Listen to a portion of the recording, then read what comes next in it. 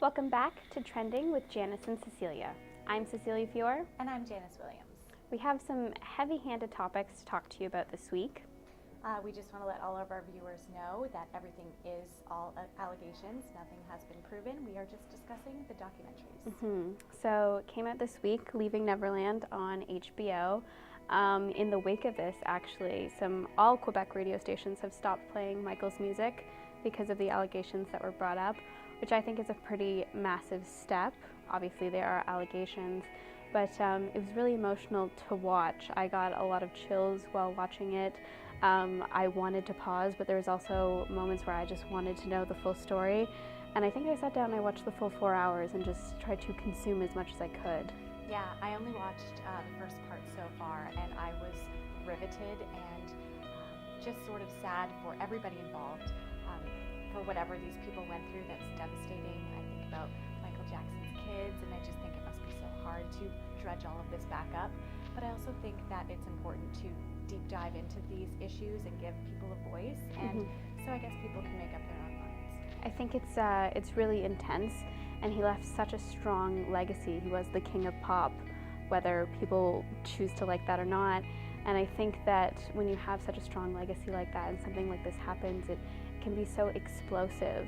And he still has such a loyal fan base, people who still love him, and of course they should, but it definitely kind of makes it makes you think a little bit more about pop stars and things like this when they happen. I think the fascinating thing is that we forget that celebrities are people, and just because you are an amazing talent at something does not mean that you don't make bad personal decisions or affect people in a negative way. And I think, even in his life, he was sort of tainted at some point with allegations, and so I think it's just a very slippery slope. It's kind of like surviving R. Kelly.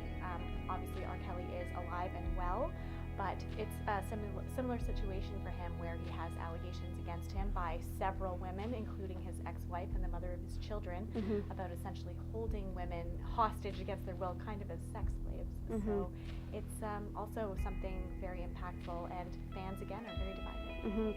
I think it kind of really takes an interesting lens, right? Because Michael has obviously passed, but R. Kelly has not.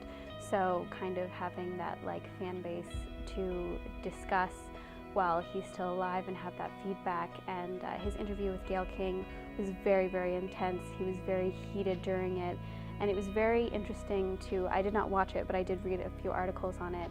And it was very interesting to see how people perceived his actions and how they interpreted it. And I think it would be very interesting if Michael was still with us to see how he would perceive what happened with the documentary. Yeah, and would he address it at this point? Because both have been proven innocent in a court of law, and exactly. None of these things have been proven. They have not faced any jail time for this. So I guess with R. Kelly, we'll see going forward what happens. For sure, but it definitely kind of paints this line between stars who are alive and who have died, and what their fan bases say, and things that can come out after, Michael, they've passed away, and how that kind of can turn into things. But it's also kind of unfortunate because I think that he definitely would have made a comment, and that would have been interesting to see how that plays into the documentary itself. Yeah, I think the big thing is everything will be unearthed, or things will be said about you, and we live in a time where people just consume information. So definitely. It's a hard time. Also, on a sad note this week, we lost Luke Perry. Very sad. He was 52.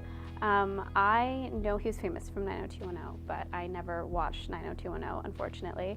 But I did see Riverdale, and I did think he was an amazing actor, and it was just so sad. I know that he went into hospital, and Shannon Doherty, who I believe was a 90210 co-star, said a few hours prior that he was okay, that he was going to be fine, and then it just all of a sudden, obviously he was not, and he passed. So sad. I know. I thought he was going to be okay. I thought he was going to pull through, but ultimately his family decided to pull the plug, and it's a huge loss for a lot of generations, from 90210 to Riverdale. For sure. Yeah. Sad.